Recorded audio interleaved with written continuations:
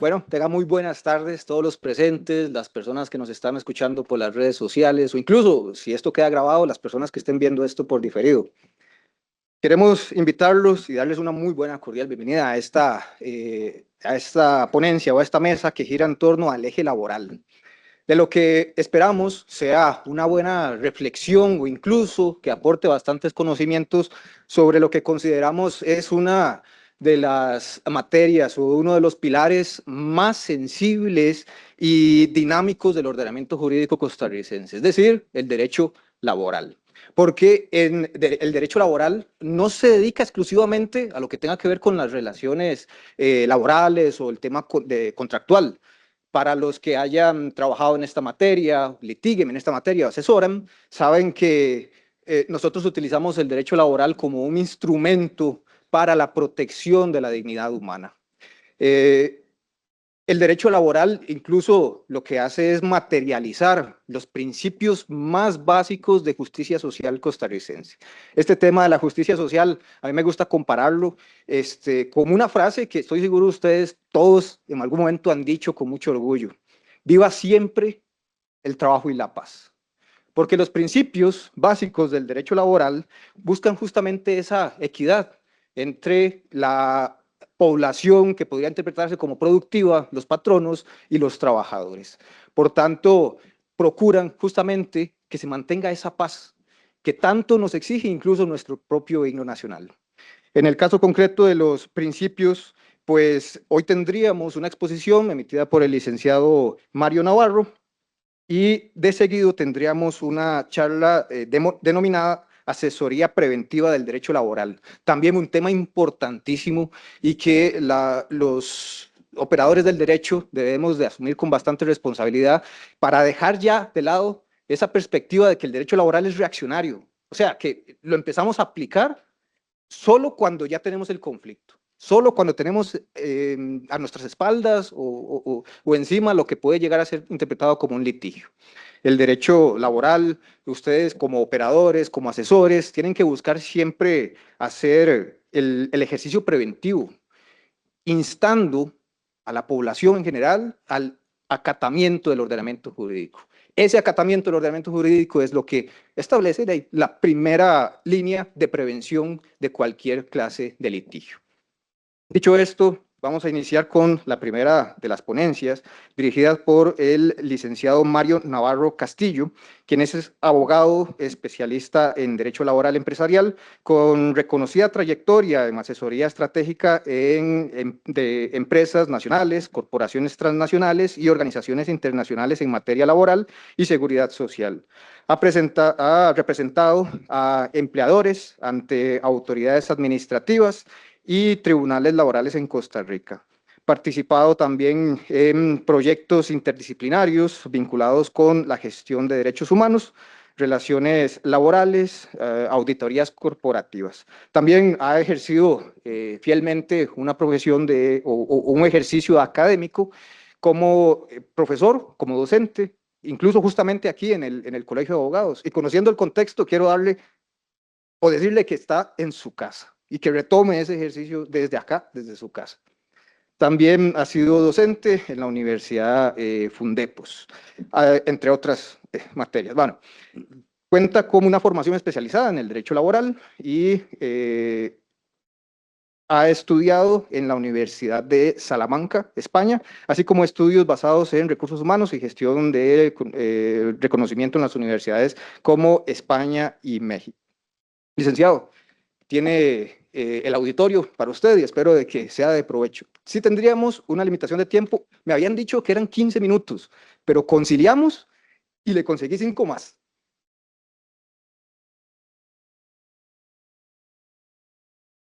Hola, ¿cómo están?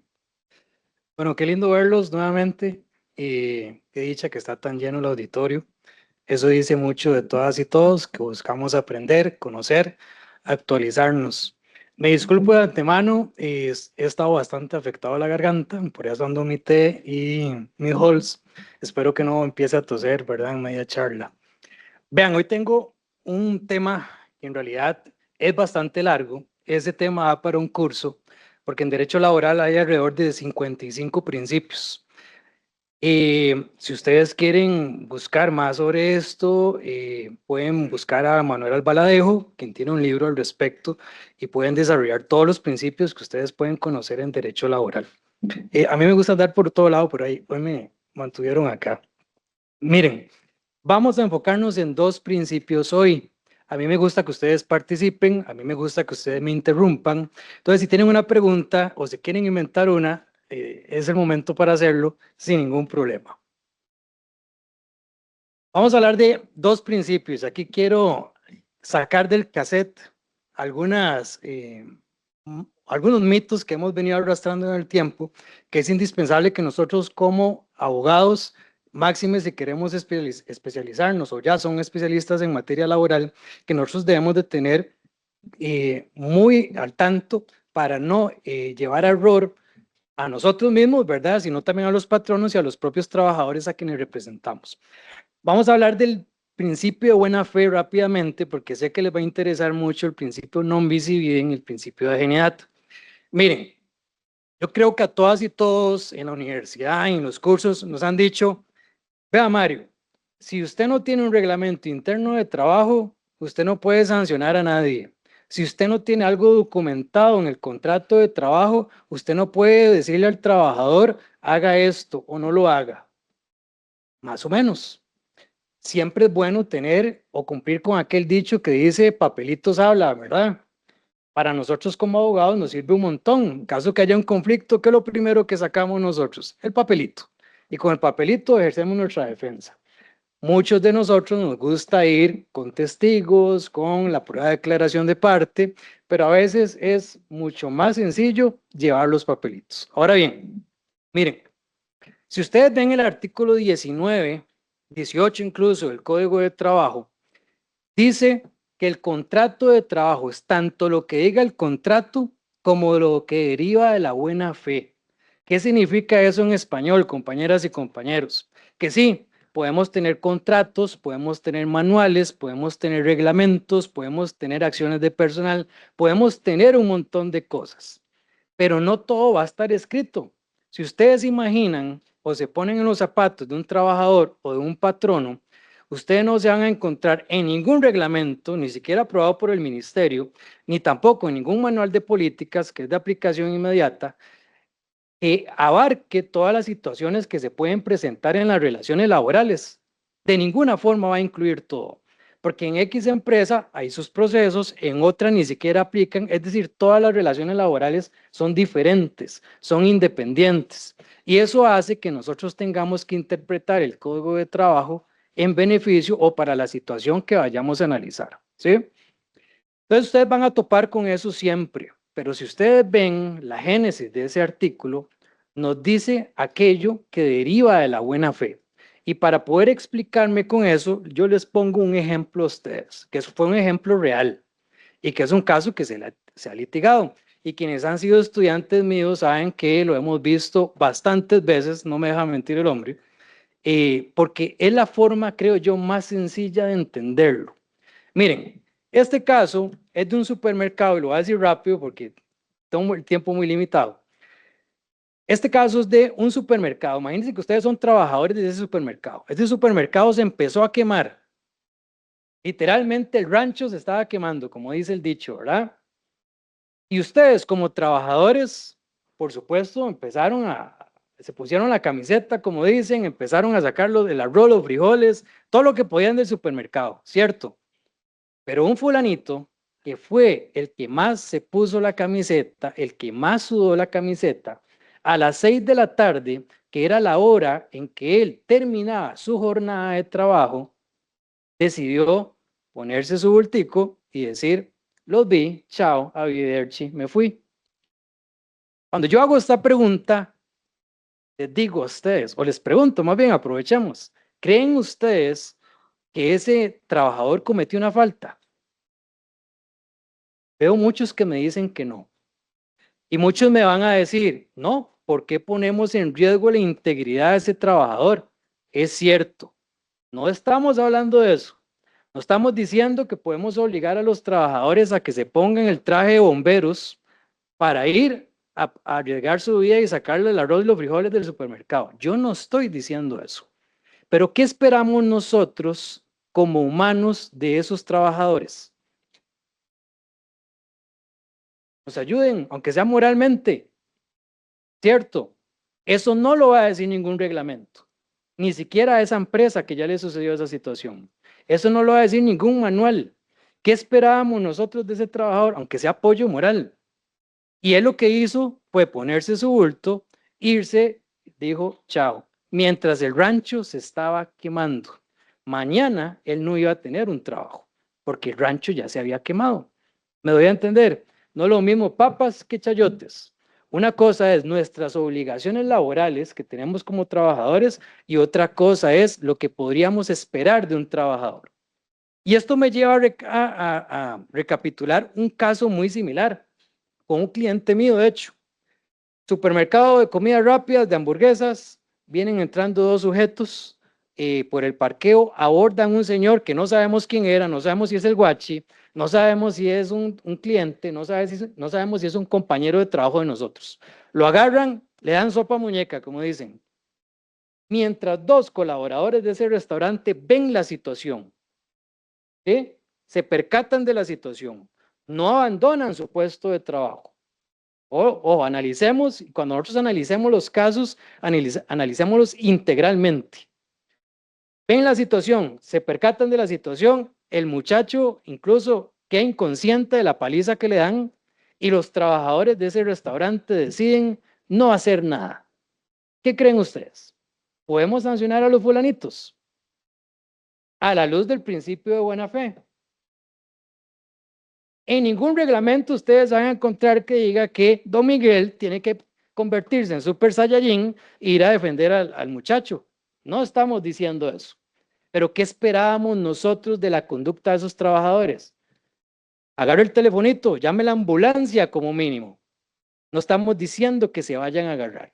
¿Me explico? Es decir, no todo está escrito, pero hay conductas que nosotros podríamos esperar a la luz de la buena fe de nuestros trabajadores.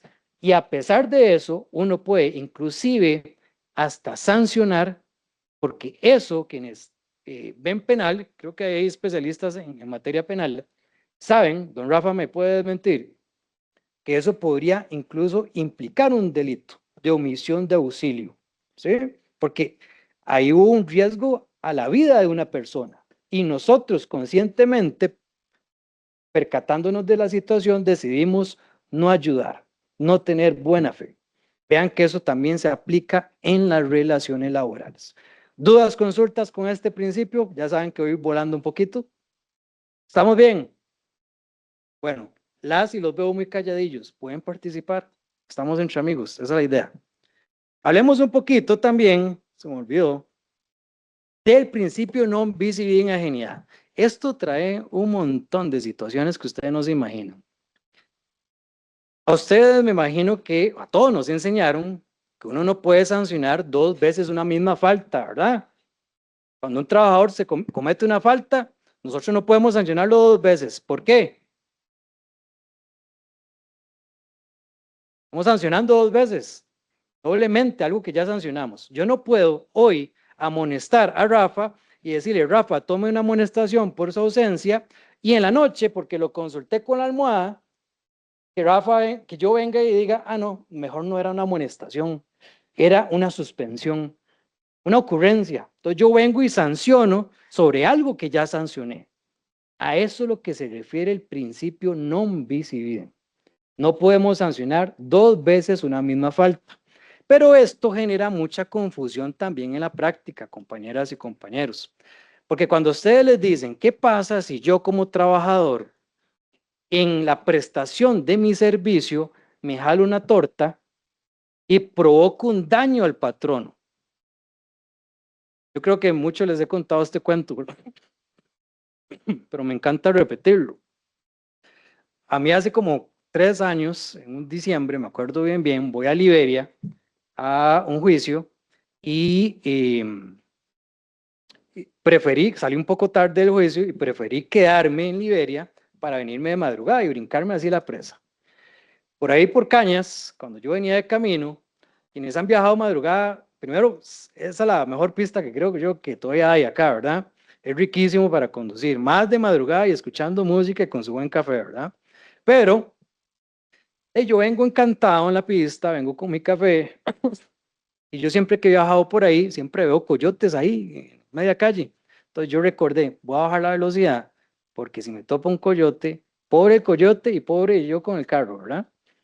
Bueno, sin mentirles, nadie me cree, pero es cierto, los que son liberianos, cañeros, tal vez lo saben.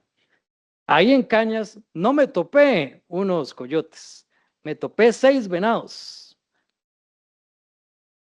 Como una película, veo los venaditos que pasan y como la fábula, ¿verdad? Siempre hay un venadito ahí medio lerdito, ¿verdad? Entonces va pasando el venadito y yo reduje la velocidad cuando vi que se quitaron, volví a acelerar, pero el venadito que venía ahí rezagado lo colisionó. ¿Ah? Ya les digo qué pasó con el venadito. Yo sé que están preocupados.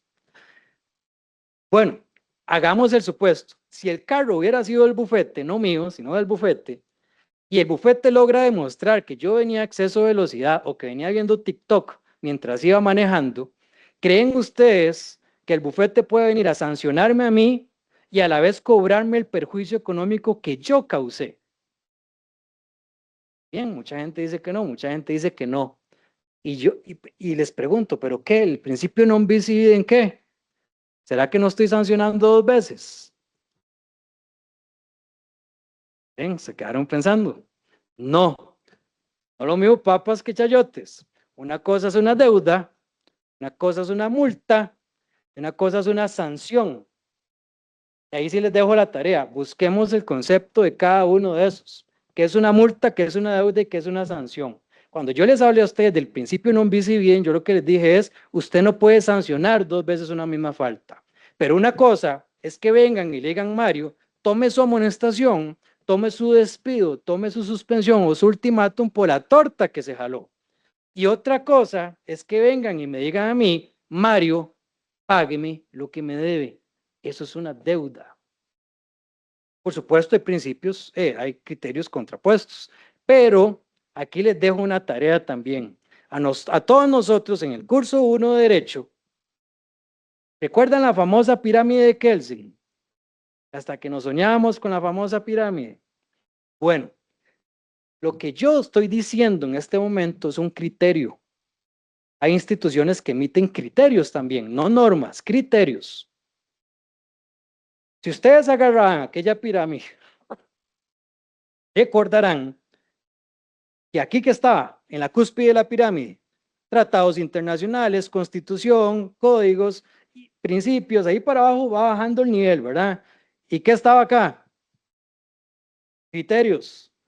La papaya que diga yo, la papaya que diga el otro. Entonces, esa papaya nunca va a estar por encima de lo que dice el código. Me estoy dando a entender. Si el código dice en sus artículos 36, 163 y 173, que eso puede constituir una deuda, y por supuesto buscamos jurisprudencia, ¿verdad? Para ver, viendo la última línea del pensamiento de las juzgadoras y juzgadores. Pero si el 36 dice que las deudas se pueden cobrar, si el 163 nos dice, porque mucha gente debe estar pensando, pero el salario es intocable, el salario es irrenunciable. Pues sí, parcialmente es cierto. Pero si ustedes agarran el 163 y lo leen, ¿qué dice el 163? Hay que respetar 2 cosas. ¿Cuáles son esas 2 cosas? El salario mínimo legal para el puesto que desempeña esa persona y la autonomía de la voluntad. ¿Qué quiere decir eso en español? Que nos demos la mano. Si al inicio de la relación laboral nosotros nos dimos la mano con la persona trabajadora, nada obsta, compañeras y compañeros, para que yo me vuelva a dar la mano con la trabajadora, con el trabajador y modifiquemos elementos esenciales de un contrato de trabajo. Esa es la primera forma de hacerlo, porque mucha gente también parte del criterio de que para yo poder modificar un elemento esencial del contrato de trabajo, tengo que liquidar y recontratar.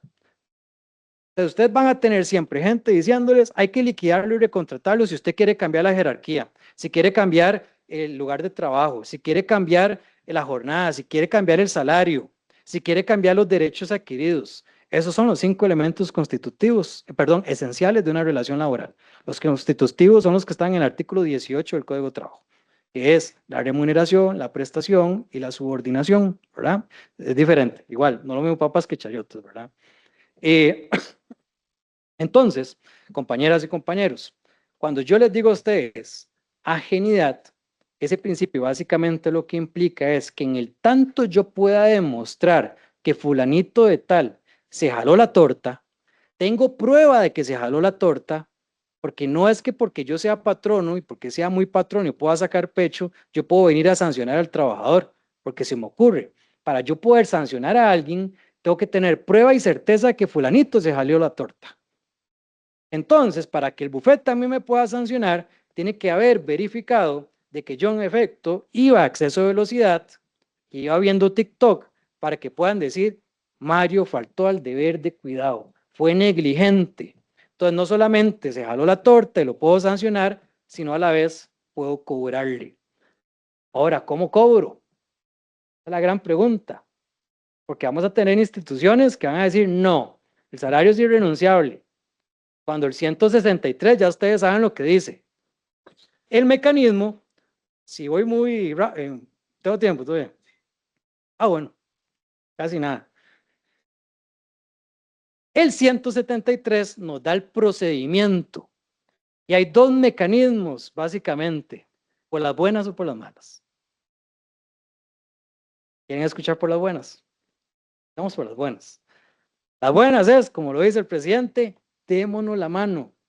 Y eso ustedes, como abogadas y abogados, tienen que buscarlo siempre. Tratemos de evitar conflictos. Nuestra profesión es preventiva realmente. César lo decía muy bien ahora. No tenemos que buscar siempre al abogado para venir a resolver las tortas. Claro, a nosotros nos sirve, de eso vivimos. Pero nosotros también tenemos que ejercer la profesión en beneficio de nuestros clientes. Eso es parte de nuestra ética profesional. Y si nosotros podemos darle una solución mejor al cliente, evitándole un pleito que se puede solventar dándonos la mano, ¿por qué no? Eso se llama autonomía de la voluntad, libertad contractual. Basta con que ustedes tengan prueba de esa estrechez de manos documentada, eso sí, para nosotros modificar esas cosas. Esa es una. La otra, les decía, por las malas, no me da la gana. El salario es irrenunciable, yo no le pago nada. Cóbrele a fulanito de tal si le da la gana, pues yo a usted no le pago nada. Y si no voy y lo denuncio al Ministerio de Trabajo, el Ministerio le da la razón, ¿verdad? Para que sepan. Pero son criterios. No estoy hablando mal, son criterios, ¿verdad? Porque cada vez que llego al ministerio ya voy condicionado yo. Entonces, esa por las malas, el 173 lo dice. Se puede liquidar de la liquidación, dice el 173. Vean qué interesante. Porque deuda no es solamente cuando yo le presto plata a Miguel. No. Deuda es cuando incluso aquel perjuicio que yo le ocasioné al patrono. Eso es deuda también. Y eso el patrón no lo puede liquidar de la liquidación por las buenas o por las malas. Claro, como hay criterios también distintos, contrapuestos a lo que dicen esos artículos, posiblemente esto tenga que escalar a un proceso administrativo judicial y eso ustedes lo tienen que advertir a sus clientes. Existe este mecanismo, se defiende ese mecanismo, pero en el camino puede que tengamos que cruzar algunos ríos. Y eso también es una labor informativa que tenemos que dar. Pero que se puede, se puede. Y si la relación continúa, porque les dio lástima a Mario, porque Mario era bueno, pero sí se jaló esa torta, uno puede aplicar una medida sustitutiva al despido. Una amonestación, un ultimátum, una suspensión, por ejemplo, y a la vez cobrar el perjuicio económico. Entonces yo sí puedo llegar y decirle a Mario, firmemos este acuerdo de pago, si te parece bien, y el 173 nos dice cómo. No menos de 4 pagos y al equivalente de un embargo de salario. Es decir, ustedes simulan el embargo salarial y eso es lo que le vamos a ir rebajando al trabajador. en no menos de 4 pagos. Si el trabajador dice, yo tengo la platica, se la pago una vez, genial. Simplemente firmamos el acuerdo de pago donde fulanito de tal se compromete a pagar de más. ¿Sí? Eso es posible, autonomía de la voluntad y libertad contractual. Y por último, dice el 173 también que incluso hasta de la liquidación laboral, como les decía. Entonces vean que ustedes tienen una tarea, si no lo sabían, entender los conceptos, interpretar realmente cómo aplican estos numerales en la práctica y lo que dice el Código de Trabajo. Siempre recuerden la pirámide de Kelsen, que es lo más básico que hemos visto, yo creo, pero eso nos va, vean que a puro principio nosotros logramos resolver un montón de situaciones que se pueden presentar durante las relaciones laborales. Vean que aquí, si bien es cierto, les mencioné 3 artículos, con 2 principios, ustedes resuelven un montón de situaciones que se dan en los contextos reales de las relaciones laborales. Por eso, no crean o no le den importancia a los principios, más bien démosle los principios. Porque, ¿qué era un principio? Muchos, estoy seguro, no lo recuerdan muy bien. Empecemos por ahí. Principio, recuerden, ante una discrepancia, por decirlo en un español muy criollo, es lo que nos viene a sustentar aquella laguna jurídica. ¿Sí? Estos 2 temas o estos 2 principios que tenía hoy son los iniciales de las especialidades del derecho laboral del Colegio de Abogados. Esto es un marco inicial de lo que ustedes pueden ir desarrollando durante estas especializaciones, me corrijo. Por lo tanto, les pido, ojalá verlos por ahí nuevamente, quienes no hayan terminado los cursos, ojalá matriculen, es muy importante actualizarnos y de antemano agradecerle a todas y todos por estar presentes un sábado, espero que se siga llenando este auditorio y para mí personalmente es muy grato volver a estar por acá, agradecerles a todos, al presidente, a don Rafa, a Kendall, a los compañeros presentes, que sé que están haciendo una excelente labor. Espero que la charla les haya ayudado, que les haya dado insumos para el futuro. Por la limitación del tiempo me hubiera encantado que veamos más principios, pero ahí nos estaremos viendo. ¿Está bien? Muchísimas gracias. Por dicha no se me fue la voz. Que esté muy bien.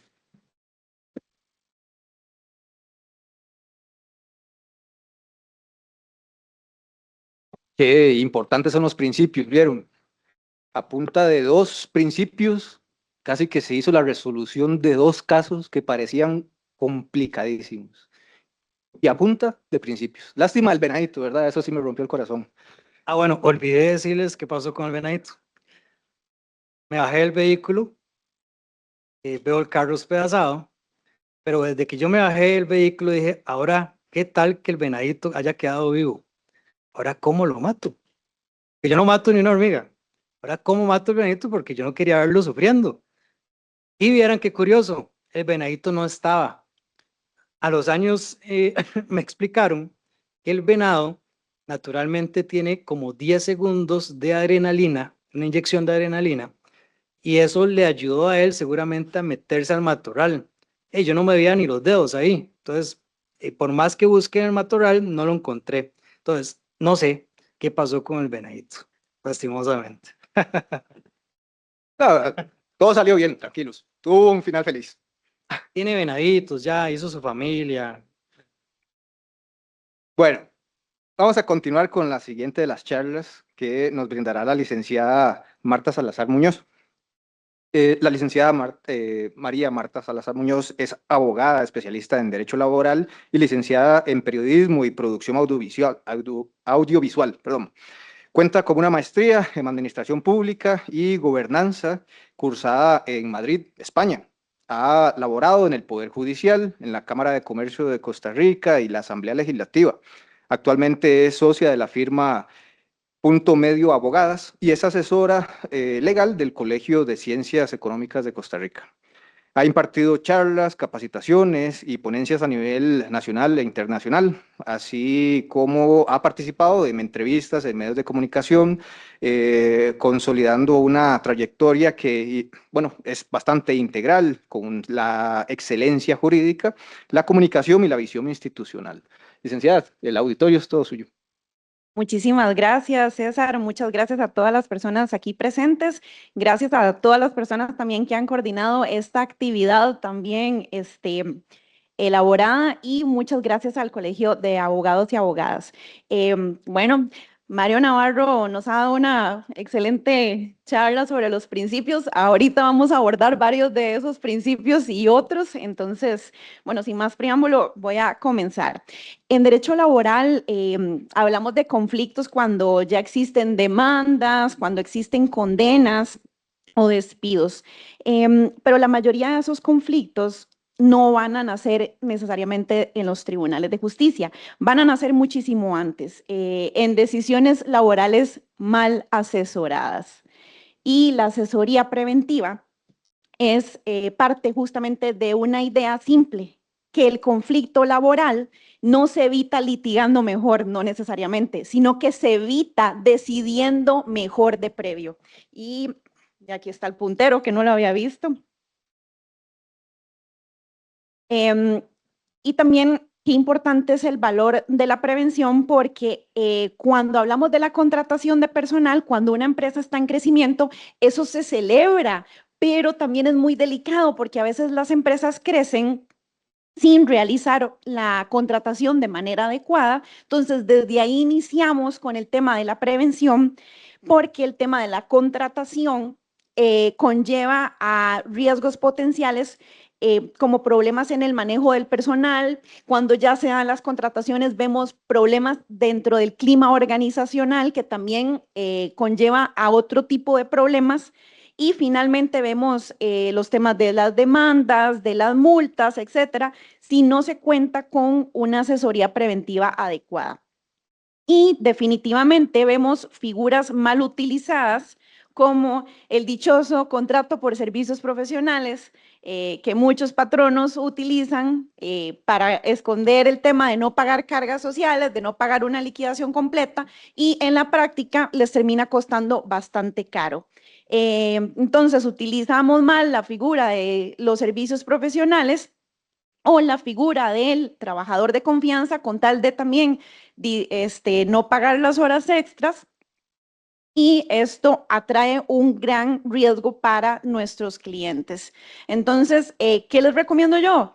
Que cuando un cliente a ustedes les pide, ¿me puede hacer un contratito por servicios profesionales? Pídale una reunión antes de decirle, sí, páseme las condiciones y la información para montar el contrato. Reúnase con el cliente, pregúntele, ¿usted por qué quiere hacer un contrato de servicios profesionales? Ok, ¿tiene subordinación? ¿Tiene horario? El trabajador va a tener un salario, va a tener un gafete, va a tener un correo electrónico, uniforme, todos esos detallitos son importantes antes de simplemente cobrarle al cliente, hacer el contrato, nos damos la mano y buena suerte si tiene un riesgo. Entonces, el concepto clave acá no es ver el derecho laboral como un gasto, sino como una estructura legal de trabajo que va a minimizar contingencias legales.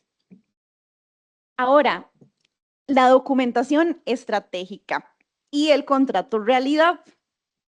Cuando hablamos del expediente de la persona trabajadora, uno en la práctica se encuentra expedientes que no están foliados, expedientes desordenados, expedientes que no están digitalizados. Entonces ahí ya empieza a haber un riesgo. ¿Por qué? Porque la carga de la prueba, ¿a quién le toca? En la mayoría de los casos, no en todos, pero en la mayoría, al patrono. Entonces, si no hay un expediente completo, ¿qué problemas vamos a tener luego a futuro? Entonces, cuando ustedes están asesorando a sus clientes, empiecen por el tema de los expedientes. Y hablamos de uno de los principios del derecho también, el de la primacía de la realidad, porque hay que recordar que en Costa Rica importa más lo que ocurre en la práctica que lo que está pactado en los documentos, porque lo que está pactado en los documentos no siempre es lo que va a pasar en la práctica. Entonces va a prevalecer el principio de primacía de la realidad, es decir, lo que en realidad sucede en la práctica. Y no puedo dejar de lado tampoco el tema de los contratos por escrito. Qué importante es tener buenos contratos porque brindan, además de seguridad jurídica, delimitar las condiciones esenciales de la relación laboral. Entonces, qué importante es hacer unos buenos contratos y asegurarse de que se puedan aplicar bien y recordar también las adendas de los contratos, porque a veces vemos situaciones donde una persona empezó en una empresa, qué sé yo, como asistente administrativo y ahora terminó siendo el gerente o la directora ejecutiva de la organización y no tiene una adenda en el contrato y se quedó con el contrato con el que empezó. Entonces ahí también vamos mal. Y la sala segunda ha sido clara en indicar que lo que se analiza no siempre es el documento, sino la realidad de la relación laboral.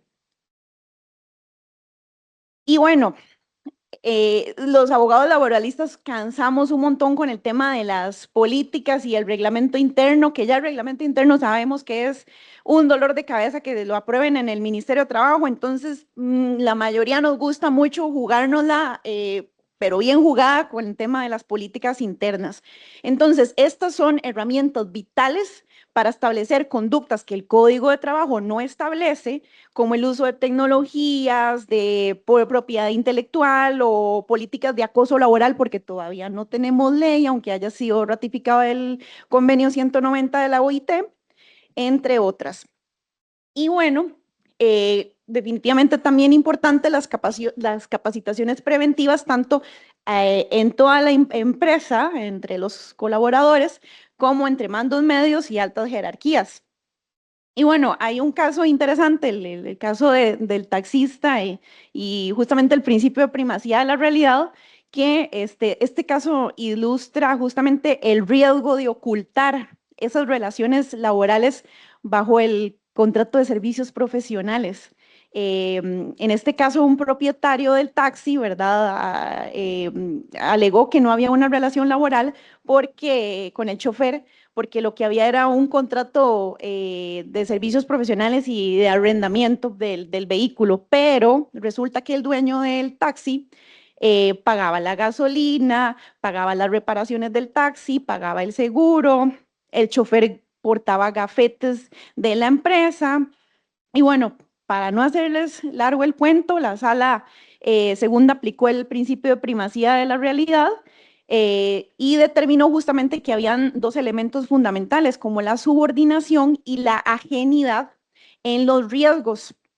Entonces, justamente estas situaciones prevalecen sobre cualquier documento que se hubiera firmado. Ahora, cuando hablamos también del ius variandi, y las modificaciones contractuales, hay que tener muchísimo cuidado también cuando se van a aplicar, porque si bien es cierto que el patrono tiene la potestad de modificar condiciones no esenciales del contrato de trabajo, pero de forma unilateral, si esas modificaciones son lícitas, solamente si no se causa también un perjuicio grave para la persona colaboradora o trabajadora. Y respecto a este tema, la sala segunda ha indicado que todo cambio debe ajustarse a los principios de razonabilidad, necesidad e indemnidad y que el uso abusivo del ius variandi va a facultar al trabajador para dar por terminado el contrato laboral con responsabilidad patronal basados en el artículo 83 del Código de Trabajo. Entonces ahora esta figura se ha ido popularizando cada vez más y cada vez más vemos justamente abogados laboralistas que asesoran a trabajadores y de repente llegan a una empresa, presentan un rompimiento de contrato mediante el procedimiento bien hecho, ¿verdad? Ir haciendo las advertencias al patrono, etcétera. Y de repente la empresa no entiende qué pasó porque no sabía que eso se podía aplicar en la práctica, pero eso es un gran riesgo también que enfrentan los patronos si no tienen una buena asesoría legal. Y bueno, también vemos ejemplos de si no documentamos bien las modificaciones que se establecen dentro de los contratos de trabajo a tiempo y hacemos una revisión exhaustiva, entonces casos como el de la persona que es contratada como una administrativa, pero que ejerce supervisión y control, y luego ya ahí también llega sorpresivamente la demanda por reclamo de diferencias salariales, porque en realidad tenía otras funciones, etcétera, y entonces ahí ya también hay un riesgo potencial. Ahora, este es un tema que se las trae. Yo creo que casi que cada diapositiva de esto da para una charla como de horas, ¿verdad, Mario? O sea, porque son clases que uno ha recibido, por ejemplo, con el profe Mario, y definitivamente se tardan casi toda una clase explicándonos, por ejemplo, temas de bajo rendimiento, que son temas que se las traen también. Despidos por bajo rendimiento realmente son complicados de hacer, son complicados y hay que hacerlos de una manera muy cuidadosa y bien documentada. La Sala Segunda ha rechazado despidos por bajo rendimiento justamente por no saberlos justificar bien, no sustentarlos. Aquí definitivamente las evaluaciones de desempeño y el plan de mejora, pero bien hechos, es lo que va a hacer la gran diferencia para poder aplicar un buen despido respecto a bajo rendimiento. Hay un caso muy famoso de una empresa que vende dispositivos médicos y entonces le iban haciendo las evaluaciones de desempeño al trabajador. Claro, tenían un sistema de evaluación de desempeño que era pero impecable. O sea, el trabajador le llegaban las notificaciones de amonestaciones porque se había equivocado, era una empresa de dispositivos dentales. Entonces, si se mandaba a hacer el dispositivo dental y se equivocaban por unos milímetros, esa pieza dental, si se le colocaba a la persona, le iba a ocasionar grandes riesgos a su salud. Entonces, la empresa le hizo varias amonestaciones y le explicaba claramente y muy detalladamente al trabajador por qué es que se había equivocado en la elaboración de las piezas dentales, le va estableciendo el plan de mejora, etcétera. Al final la situación llegó a un despido sin responsabilidad patronal. El trabajador intentó defenderse, sin embargo, el patrono ganó. Ahora, no en todos los casos es así. Por ejemplo, aquí tengo una sentencia del 2020 en que más bien la Sala Segunda le jala las orejas al patrono porque el tema fue que aportaron prueba testimonial del bajo rendimiento del trabajador. Entonces, la Sala Segunda lo que le dice es, mire, no, necesitamos hacer un análisis comparativo, por ejemplo, con evaluaciones de desempeño para entender si realmente el trabajador bajó el desempeño o no. Con la prueba testimonial no nos es suficiente. Entonces, aquí este es un claro ejemplo de que la lección aprendida es que sin manuales que definan metas y sistemas de evaluación, el despido podría ser declarado como injustificado por falta de prueba técnica.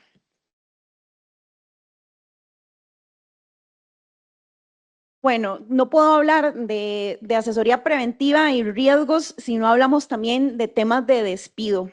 Y recordemos también los plazos de prescripción, que bueno, el patrono tiene un mes a partir de que conoce la falta, de que la conoce, ¿verdad? Que es muy importante saberlo.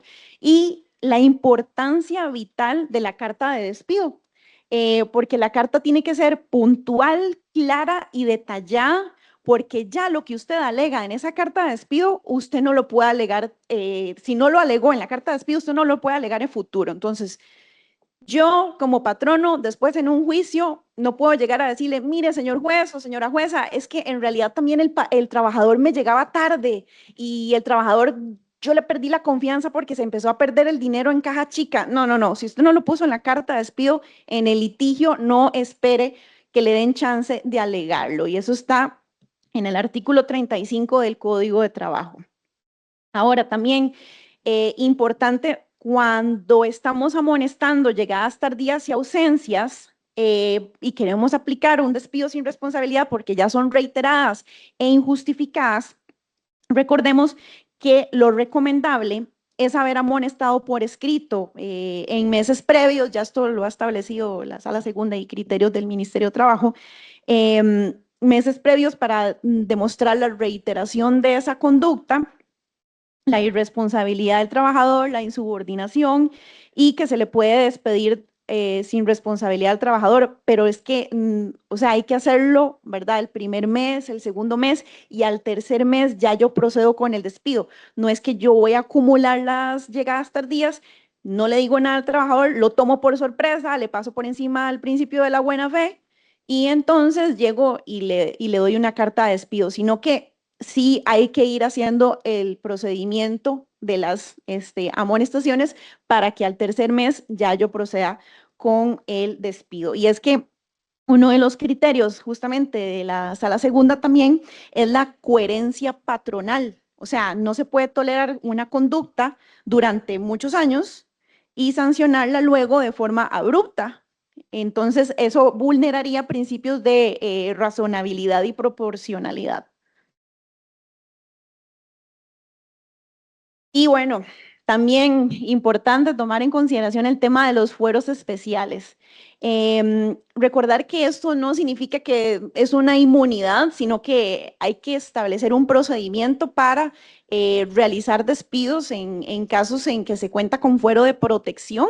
Hay que tener, la mayoría lo sabemos, ¿verdad? Una autorización del Ministerio de Trabajo, establecer un procedimiento de despido, siempre y cuando vaya a haber una falta grave por parte del trabajador.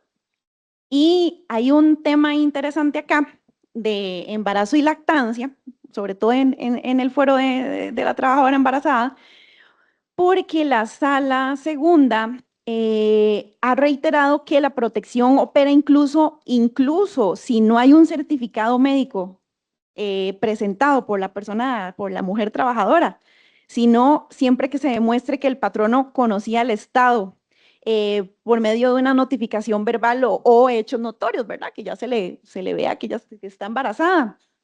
Entonces, aquí les tengo una sentencia interesante del 2020 que justamente indica que en un en un proceso de fueros especiales, el patrono despidió a la trabajadora porque cuando le estaba dando la carta de despido, la trabajadora le dice en ese momento que está embarazada y el patrono prosiguió con el despido alegando que no había habido una certificación médica previa. No obstante, la Sala Segunda declaró la nulidad de ese despido, indicando que la protección opera desde el momento de la comunicación verbal o si el estado es notorio. Entonces, preventivamente yo les voy a recomendar que cuando estén en una situación de esas, suspendan cualquier despido si en el acto el trabajador alega que tiene un fuero de protección. Bueno, yo creo que estoy bien con el tiempo, ¿verdad? Vamos bien, ya vamos terminando con conclusiones. Y bueno, definitivamente la mejor defensa no es un buen litigio necesariamente, sino un expediente disciplinario impecable y una normativa interna clara. Ahí es donde yo digo que las empresas pueden estar tranquilas cuando se viene un proceso judicial, pero usted sabe que todo en la empresa está en orden. Y bueno. La asesoría preventiva va a redefinir el rol de los que somos abogados y abogadas en derecho laboral, porque va a dejar claro que el litigante se tiene que convertir en un estratega y eso es muy importante porque nosotros acompañamos en la toma de decisiones, nosotros acompañamos y prevenimos conflictos, tenemos que tratar de minimizar y reducir los riesgos legales, las contingencias judiciales que podían ocurrir. La asesoría laboral no consiste necesariamente en saberse todos los artículos del Código de Trabajo, sino que también consiste en saber cuándo intervenir. El conflicto laboral no se previene o se evita necesariamente en el juzgado, sino que se evita muchísimo antes, como les venía comentando a lo largo de esta charla. Y como abogados y abogadas laboralistas, la pregunta no siempre es si sabemos litigar. La pregunta es si estamos llegando a tiempo para prevenir ese conflicto que se puede dar. El abogado preventivo no solamente interpreta normas, sino que evalúa riesgos, el riesgo legal, el riesgo económico, el probatorio y el reputacional. Qué importante, porque a veces es mejor evitar un conflicto que perder una demanda en un juzgado que cueste millones a la empresa, que puede llegar a una quiebra porque no todas las empresas tienen para pagar una demanda millonaria, y que le afecte la imagen a la empresa también. El riesgo reputacional puede ser muy grande. Así que bueno, yo les agradezco muchísimo por su tiempo. Aquí les quedan mis datos de contacto. Si necesitan que les pase esta presentación o tienen dudas y consultas, con muchísimo gusto quedo a la orden.